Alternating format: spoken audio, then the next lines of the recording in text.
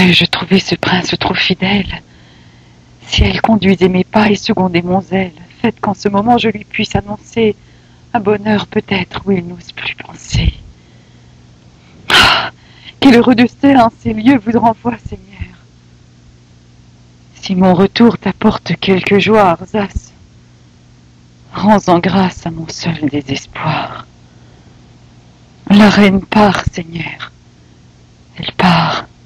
Dès ce soir, ses ordres sont donnés. Elle s'est offensée que Titus à ses pleurs l'ait si longtemps laissée. Un généreux dépit succède à sa fureur. Bérénice renonce à Rome, à l'empereur. Elle-même veut partir avant que Rome instruite puisse voir son désordre et jouir de sa fuite. Elle écrit à César. Ô ciel, qui l'aurait cru? Et Titus? À tes yeux, Titus n'a point paru. Le peuple avec transport l'arrête et l'environne, applaudissant au nom que le Sénat lui donne.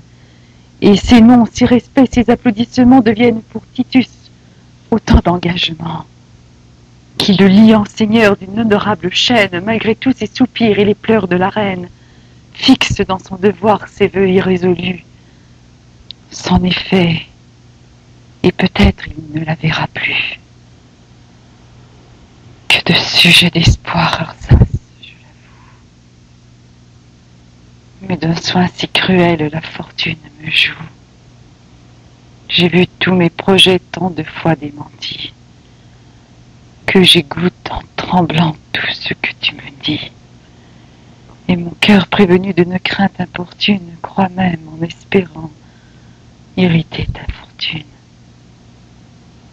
Mais que vois-je?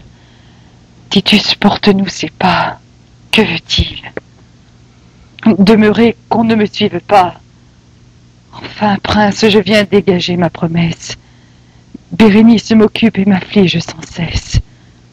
Je viens le cœur percé de vos pleurs et des siens calmer les cruels que les miens.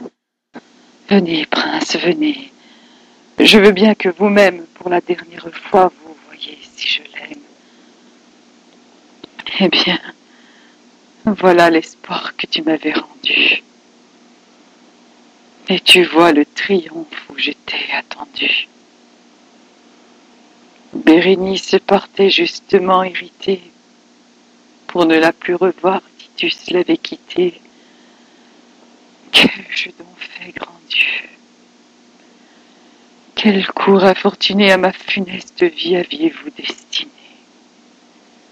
Tous mes moments ne sont qu'un éternel passage de la crainte à l'espoir, de l'espoir à la rage. Et je respire encore. Bérénice, Titus, Dieu cruel, de mes pleurs vous ne vous rirez plus. Non, je n'écoute rien. Me voilà résolu, je vais partir. Pourquoi vous montrer à ma vue? Pourquoi venir encore aigrir mon désespoir? N'êtes-vous pas content? Je ne veux plus vous voir. Mais de grâce, écoutez, il n'est plus temps. Madame, un mot, non. Dans quel trouble elle jette mon âme? Ma princesse, d'où vient ce changement soudain? En effet, vous voulez que je parte demain, et moi j'ai résolu de partir tout à l'heure. Et je pars, demeurer. Ingrat, que je demeure.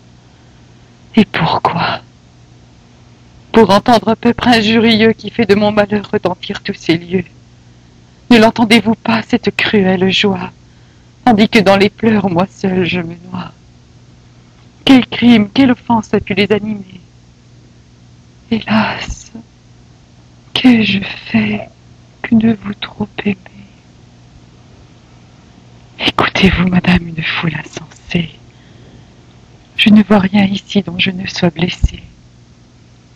Tout cet appartement préparé par vos soins, ces lieux de mon amour, si longtemps les témoins, qui semblaient pour jamais me répondre du vôtre, ces festons où nos noms enlacés l'un à l'autre, à mes tristes regards viennent partout s'offrir, sont d'autant d'imposteurs que je ne puis souffrir. Allons, Phénice, Oh ciel, que vous êtes injuste. Retournez. Retournez vers ce Sénat auguste qui vient vous applaudir de votre cruauté. Eh bien, avec plaisir l'avez-vous écouté. Êtes-vous tout pleinement content de votre gloire? Avez-vous bien promis d'oublier ma mémoire? Mais n'est-ce pas assez expier vos amours? Avez-vous bien promis de me haïr toujours? Non, je n'ai rien promis. À moi, que je vous haïsse, que je puisse jamais oublier Bérénice. Oh Dieu! Dans quel moment son injuste rigueur de ce cruel soupçon vient affliger mon cœur? Connaissez-moi, madame, et depuis 5 années, comptez tous les moments et toutes les journées, où par plus de transport et par plus de soupirs, je vous ai de mon cœur exprimé les désirs. Ce jour surpasse tout. Jamais, je ne confesse, vous ne fûtes aimé avec tant de tendresse.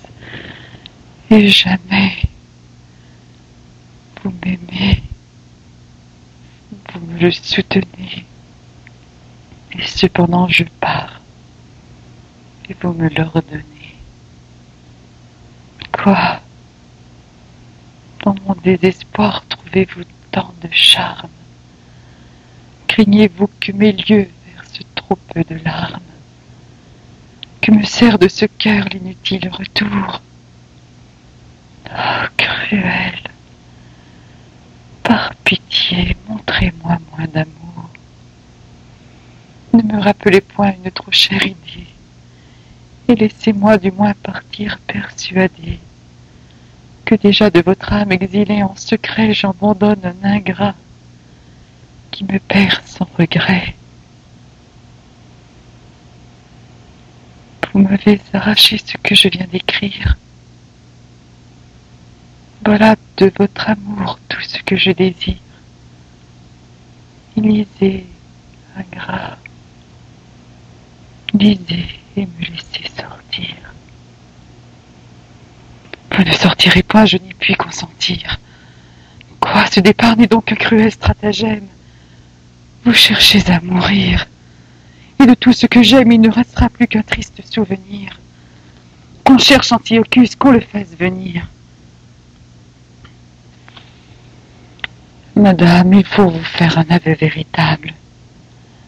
Lorsque j'envisageais le moment redoutable, où pressé par les lois de nos devoirs, il fallait pour jamais renoncer à vous voir. Quand de ce triste adieu je prévis les approches, ma crainte, mes combats, vos larmes, vos reproches, je préparais mon âme à toutes les douleurs que peut faire sentir le plus grand des malheurs.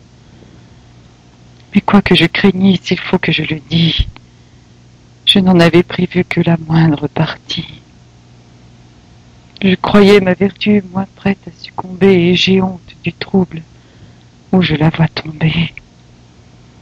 J'ai vu devant mes yeux Rome entière assemblée, le Sénat m'a parlé, mais mon âme accablée écoutait sans entendre et ne leur a laissé pour prix de leur transport qu'un silence glacé. Rome, de votre sort est encore incertaine. Moi-même, à tout moment, je me souviens à peine si je suis empereur ou si je suis romain. Je suis venu vers vous sans savoir mon dessein. Mon amour m'entraînait, et je venais peut-être pour me chercher moi-même et pour me reconnaître.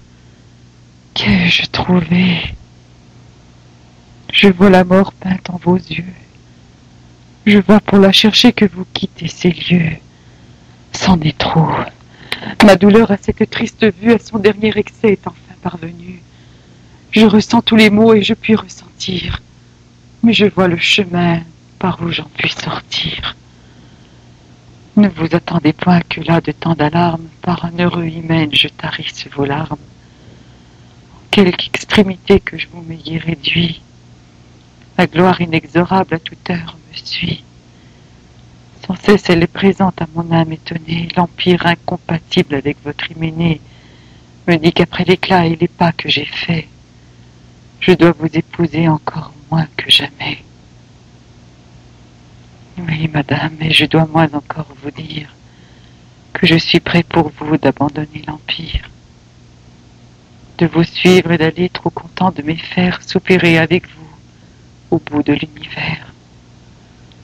Vous-même rougeriez de ma lâche conduite, vous verriez à regret marcher à votre suite, un indigne empereur sans empire, sans cour, vil spectacle aux humains des faiblesses d'amour. Pour sortir des tourments dont mon âme est la proie, il est, vous le savez, une plus noble voie. Je me suis vue, madame, enseigner ce chemin, et par plus d'un héros et par plus d'un Romain, lorsque trop de malheurs ont lassé leur constance, ils ont tous expliqué cette persévérance, dont le sort s'attachait à les persécuter.